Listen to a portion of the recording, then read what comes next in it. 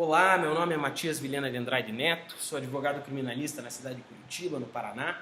E como dito no vídeo anterior, vídeo de introdução do nosso canal, nesse vídeo agora nós faremos uma abordagem relativamente crítica da teoria do crime. Ou seja, falaremos o que é o crime, no que consiste exatamente uma atividade criminosa. Pois bem, a conduta ou a atitude praticada por uma pessoa para que possa ser considerada um crime é necessária, por óbvio, que seja uma conduta omissiva ou comissiva. Bom, comecemos por aí então. O que é uma conduta comissiva? É justamente o ato de praticar algo, de você sair da inércia e praticar alguma conduta, algum ato, enfim, algum fato que vem eventualmente a modificar o mundo externo. Pois bem, se eu pegar, por exemplo, uma arma de fogo e desferir um disparo de arma de fogo, eu estou praticando uma conduta comissiva, pelo fato de não ter me quedado inerte, mas ter efetivamente praticado algo que modificou o universo exterior. Bom, conduta omissiva, então, diferentemente da comissiva, consiste justamente no fato de quedar-se inerte em uma determinada situação em que o direito lhe obriga a agir. Um exemplo perfeito disso é quedar-se inerte quando você pode ajudar uma pessoa e não o faz. Por exemplo, a pessoa está machucada, etc., e você, ao invés de prestar o auxílio necessário, você simplesmente se abstém e incorre no crime de omissão de socorro. Isso quando, óbvio, você teria a possibilidade de ajudá-la e não o faz. E lógico, teria a possibilidade, e essa possibilidade não colocaria você próprio em risco, né? Bom, mas isso é uma questão de análise do crime de omissão de socorro que ocorrerá nos vídeos futuros quando nós tratarmos da parte especial do nosso direito penal.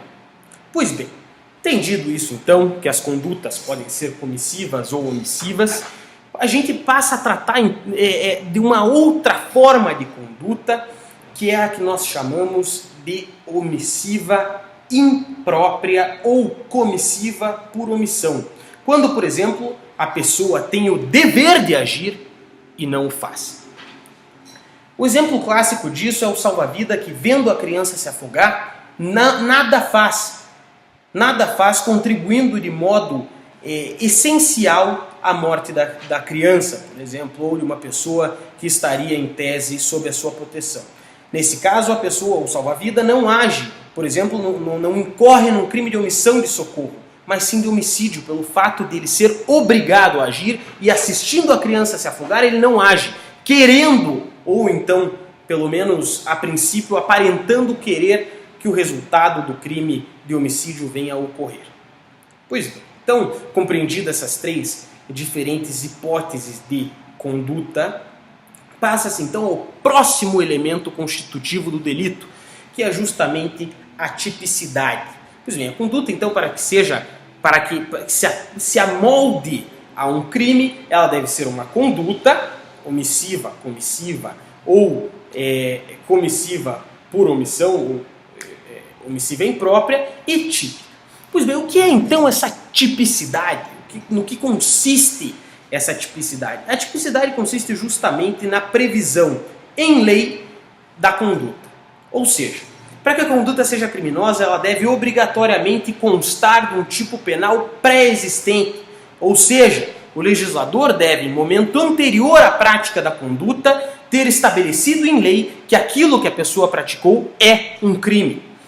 Um exemplo disso: se hoje eu pegar uma arma de fogo, desferir um disparo em direção de uma pessoa, ocasionando o seu óbito, eu terei incorrido naquilo que está previsto, ou eu terei praticado a conduta que está prevista no artigo 121 do Código Penal, a qual o legislador aplica uma pena de 6 a 20 anos. Pois bem, minha conduta é, portanto, típica, justamente pelo fato de a minha conduta se adequar de modo perfeito naquilo que prevê o artigo 121 do Código Penal. Ou seja, o legislador já tinha dito que a minha conduta é algo que deve ser punido, é algo conceituado como crime. Aí nós temos então a tipicidade, conduta, então retomando, crime para ser crime deve ser uma conduta, aquilo que nós interpretamos anteriormente, que pode ser omissiva, comissiva ou comissiva por omissão, deve ser típica, ou seja, estar previamente prevista numa lei penal, e deve ser agora antijurídica. Pois bem, a antijuridicidade, que é na realidade sinônimo de injuridicidade ou de licitude, consiste justamente na conduta contra o direito. Ou seja, para que a conduta seja criminosa, você deve também estar agindo em contrariedade àquilo que diz o direito, ou a função do direito em si. Um exemplo clássico de excludente da antijuridicidade, ou seja, daquilo que afasta a prática do crime, é você praticá-lo em legítima defesa, por exemplo. Por exemplo, um exemplo clássico, o homicídio praticado em legítima defesa. Se eu pegar uma arma e desferir um disparo de arma de fogo contra uma pessoa e trazer essa pessoa efetivamente a óbito, eu terei praticado uma conduta típica. Ou seja, matar alguém está previsto no Código Penal como crime, razão pela qual eu, em tese, teria incorrido em um crime. Agora, eu não terei incorrido em crime caso a pessoa contra a qual eu desferi o disparo de arma de fogo em momento anterior estivesse ameaçando a minha integridade física, por exemplo. Um exemplo clássico é quando alguém está apontando uma arma de fogo para mim com intuito de ceifar a minha vida e eu rapidamente saco da minha arma e desfiro um disparo de arma de fogo e ceifo a vida dela defendendo a minha. Esse é o exemplo clássico. Então, portanto, a injuridicidade ou antijuridicidade consiste justamente num ato contra o direito, num ato que o direito proíbe. Não existindo, portanto, a injuridicidade ou antijuridicidade quando eu estou atuando em acordo com aquilo que o direito legitima ou considera lícito, que é justamente, por exemplo, a defesa da sua própria integridade física. Bom, falado da tipicidade e da antijuridicidade, reputa-se interessante voltar um pouco à questão da tipicidade. Bom, além da mera adequação da conduta àquilo que prevê a lei ou considera a lei uma atividade criminosa, é imprescindível para que a conduta seja típica que exista um nexo de causalidade entre a atitude, ou seja, a conduta do agente e o resultado do delito. Ou seja, um exemplo clássico de ausência de nexo de causalidade é justamente o exemplo de eu efetuar um disparo de arma de fogo contra alguém, em razão do que chama-se uma ambulância, o socorro, a pessoa entra na ambulância, entra na viatura de socorro e no caminho até o hospital, a ambulância, furando um sinal, é atingida por um ônibus, em razão do que a pessoa vem a falecer.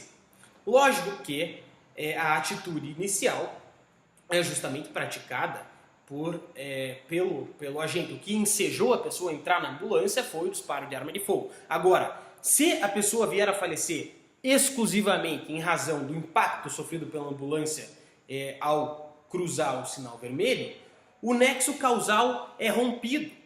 Ou seja, o resultado morte não veio do disparo de arma de fogo, mas sim do impacto sofrido pela ambulância no trajeto entre o local do suposto da agressão e o hospital.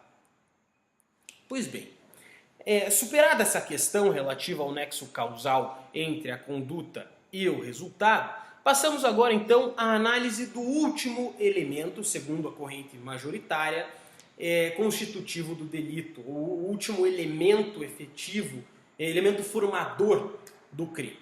Pois bem, conduta praticada omissiva, comissivamente ou comissivamente por omissão, típica, prevista lá no ordenamento jurídico, em que por óbvio existe um nexo de causalidade entre a conduta típica e o resultado do delito, e antijurídica, ou seja, não estando num estado de necessidade ou em legítima defesa, e agora, por fim, culpável. Pois bem, no que consiste a culpabilidade, ou o último elemento para a corrente majoritária constituinte do delito? A culpabilidade, diferentemente dos demais elementos constituintes do delito, refere-se diretamente ao agente, ou seja, refere-se à capacidade do agente de compreender o delito ou compreender ser determinada atitude uma atitude ilícita, por exemplo. Bom, o que é então que afasta a culpabilidade e afasta, por via de consequência, a prática de um delito, ainda que a conduta perpetrada pelo agente seja típica e antijurídica?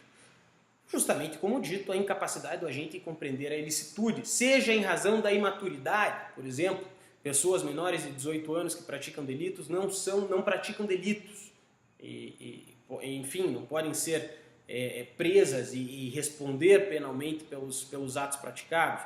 Pessoas que têm, por exemplo, doença mental, os atos que eles praticaram não podem ser entendidos como crime justamente pelo fato das pessoas não serem culpáveis. Pessoas fortuitamente ou involuntariamente embriagadas, que é o caso, por exemplo, de você está lá na balada, colocam uma droga na sua bebida não alcoólica, em razão da qual você entra num estado de embriaguez, e nesse estado de embriaguez você não consegue se lembrar absolutamente de nada, e no dia seguinte você descobre que praticou um delito. Você não era culpável no momento da prática do delito pelo fato de que no momento em que você praticou essa atividade entendida a princípio como crime, você não estava, e diga-se, involuntariamente, você não estava dispondo plenamente de suas capacidades psicológicas e de suas faculdades mentais, razão pela qual você não pode ser culpado pela atividade de delito. Então, em linhas gerais, pela prática do crime. Em linhas gerais, então, um crime consiste no quê? Segundo a corrente majoritária, segundo a doutrina mais bem aceita no nosso país, consiste em uma conduta omissiva, comissiva ou comissiva por omissão, típica, ou seja, prevista no ordenamento em momento anterior como crime, antijurídica, contrária àquilo que o direito pretende proteger, ou seja, basicamente não uma conduta típica praticada não em estado de necessidade ou legítima defesa, e culpável, ou seja, por meio praticada por uma pessoa que no momento do delito tinha capacidade plena de compreender a ilicitude de sua ação, ok? Ou ainda que não tenha adquirido ou entrado num estado de inconsciência por vontade própria. Nesse caso, a pessoa responderia sim pelos delitos praticados. Então é basicamente isso, ressalvando também a existência do artigo 45, salvo engano, da Lei de Drogas, que basicamente diz ser inimputável e, por via de consequência, não ser possível a sua condenação pela prática de qualquer crime, que é a questão lá da lei do artigo 45, como eu comentei, da Lei de Drogas, que diz basicamente serem inimputáveis ou não poderem responder pela prática pela prática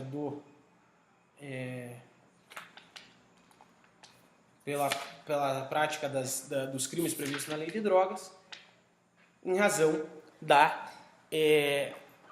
do vício, do vício ou da dependência química de drogas ou de entorpecentes. O artigo 45 da Lei 11.343 de 2006, que é a Lei de Drogas, diz o seguinte: é isento de pena o agente que, em razão da dependência ou sob o efeito proveniente de caso fortuito ou força maior de droga, era ao tempo da ação ou da omissão, qualquer que tenha sido a infração penal praticada, inteiramente incapaz de entender o caráter ilícito do fato ou de determinar-se de acordo com esse entendimento.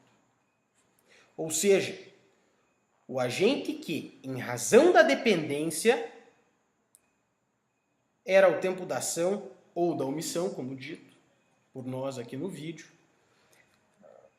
inteiramente incapaz de entender o caráter ilícito do fato. Ou seja, se a pessoa é dependente químico, isso na realidade é uma exceção à nossa regra, porque em tese a pessoa que está sob efeito de droga ou sob efeito de álcool não pode ser considerada inimputável e por via de consequência deve ser considerada culpável, isso é o que diz o nosso ordenamento. O artigo 45 da Lei de Drogas diz que se a pessoa for dependente, comprovadamente dependente química, e agir ou cometer um crime sob o efeito da droga da qual é dependente, ela pode ser considerada inimputável e por via de consequência não ser considerada culpável, razão pela qual ela deverá ser absolvida por não haver a prática de um crime. Já que, para que se tenha a prática de um crime, deve-se ter uma conduta típica, antijurídica e culpável. Pelo fato da pessoa ser inimputável, essa conduta não pode ser culpável, razão pela qual a pessoa não pode ser responsabilizada pela prática do delito. Ocasião em que se absolverá a pessoa da prática do crime, aplicando-se, porém, uma medida de segurança. Ok? Então é basicamente nisso que consiste a teoria do crime, em linhas gerais, de modo extremamente superficial. Espero que tenham aproveitado e curtido o vídeo e nos vemos nas próximas transmissões. Um abraço a todos, tchau, tchau.